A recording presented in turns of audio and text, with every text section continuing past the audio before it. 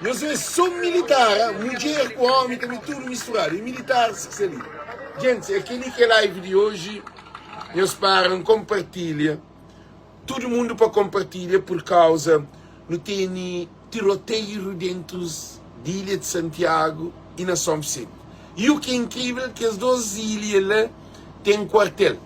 Tem a primeira região, que é na São Vicente, segunda, que é na praia. Que é na praia, quer dizer, na Santiago.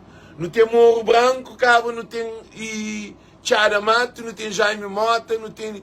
Tudo militares, gordo, bem disposto, preparados, jovens, com linguagem, treinado para cozer. Gente, aquele que é vídeo de hoje, ainda pedi para cada um de nós compartilhe aquele vídeo de para uma chamada de atenção, me preocupado com segurança na Santiago e na São Vicente. Na Ilha de Santiago